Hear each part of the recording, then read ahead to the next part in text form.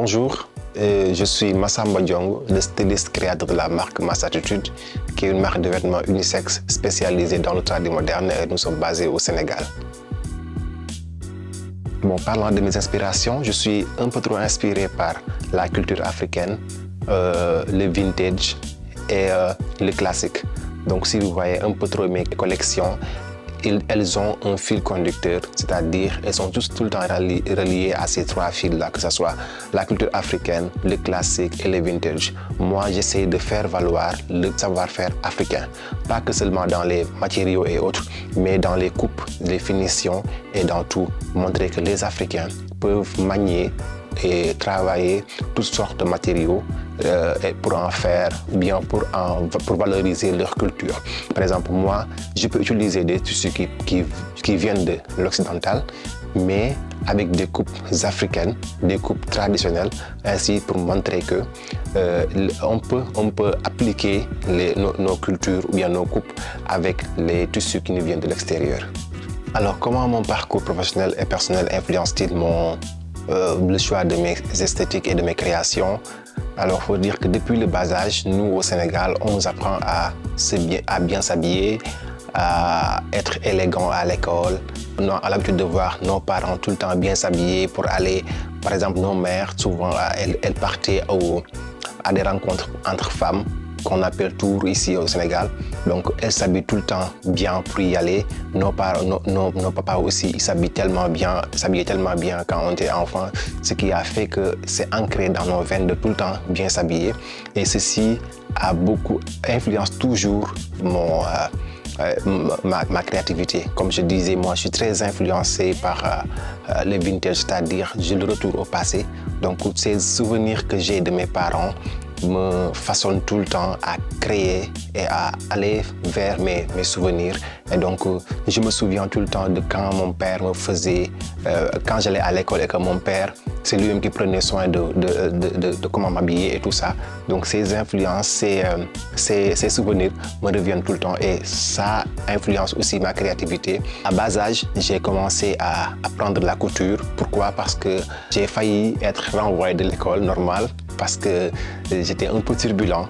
Et donc mon père m'a demandé de trouver un métier et comme il me voyait tout le temps être bien habillé et dessiner, ainsi de suite, il m'a demandé est-ce que tu veux pas faire la couture? Je lui ai dit bien sûr je peux faire la couture. J'ai commencé à apprendre la couture depuis le bas âge et comme par hasard ou bien comme pour la bénédiction de Dieu, je suis pas renvoyé de l'école, donc j'ai continué à pratiquer la couture avec mes études.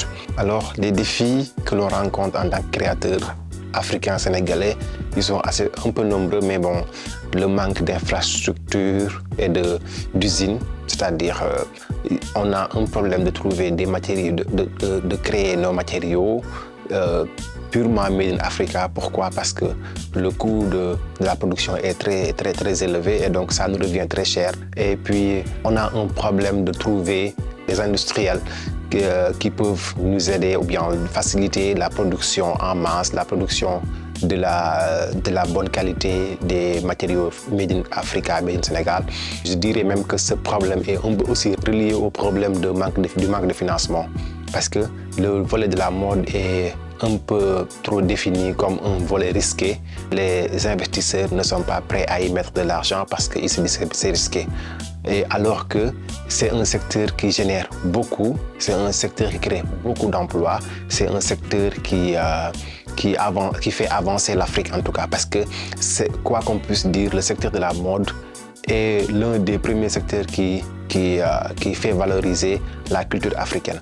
Donc, au lieu de laisser cette opportunité aux autres pays de venir investir dans notre pays pour prendre ce qu'on a, pourquoi nous, Africains, on ne peut pas investir dans nos pays et faire valoriser la mode africaine pour que celle-ci puisse aller de l'avant? Parce que, quoi qu'on puisse dire, il est un peu compliqué de faire face ou bien de concurrencer avec les grandes marques.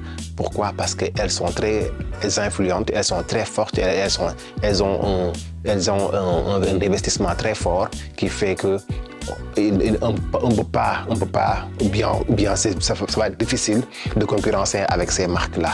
La mode africaine a un problème de financement et de trouver les industries qu'il faut pour la production de la matière, bien des matériels qui nous viennent de l'Afrique. Pour te lancer dans la mode, dans le stylisme africain, il faut faire valoriser la culture africaine parce que c'est ce qu'on a de plus cher et de plus valeureux, et essayer de trouver son identité dans cette culture-là. L'autre conseil que je pourrais donner, c'est d'être très passionné par ce que l'on fait, parce que tout ce que l'on fait avec la passion, ça paye, parce que ça va parler à des personnes qui se viennent du cœur, pas directement dans le cœur, ce qu'on dit. Donc si toi tu travailles avec le cœur, des cœurs recevront ce que tu fais. Donc fais-le avec passion, fais-le avec dévouement, et sois très patient aussi. Il faut être très patient pour y arriver, parce qu'on ne peut pas être une marque qui est née en 2020 et puis en 2024, la marque devient internationale, connue, ainsi de suite. Il y a beaucoup de risques et il faut vraiment être prêt à affronter ces risques. Les risques peuvent être du côté professionnel comme du côté personnel. Donc il faut être très tenace, très patient, mais aussi très ancré dans ses cultures pour pouvoir valoriser la mode africaine.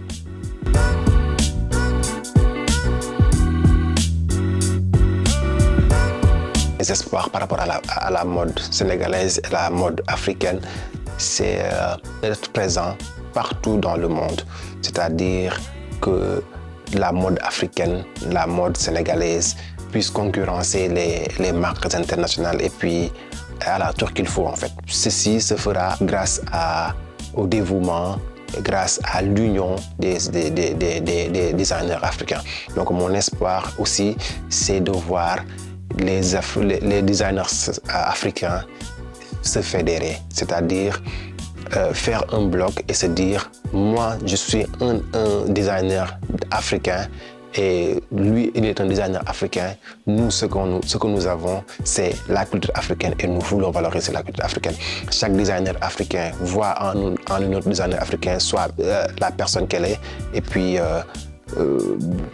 faire de sorte que on voit qu'une seule mode africaine qui est la mode la plus aimée, la plus adorée, la plus valorisée dans le monde entier. Je dirais aussi une mode durable et ethnique, parce que la durabilité elle commence en Afrique, parce que tout est bio ici. Tout est bio et tout est fait main, tout est fait par nous-mêmes. Donc ça, c'est la plus grande durabilité.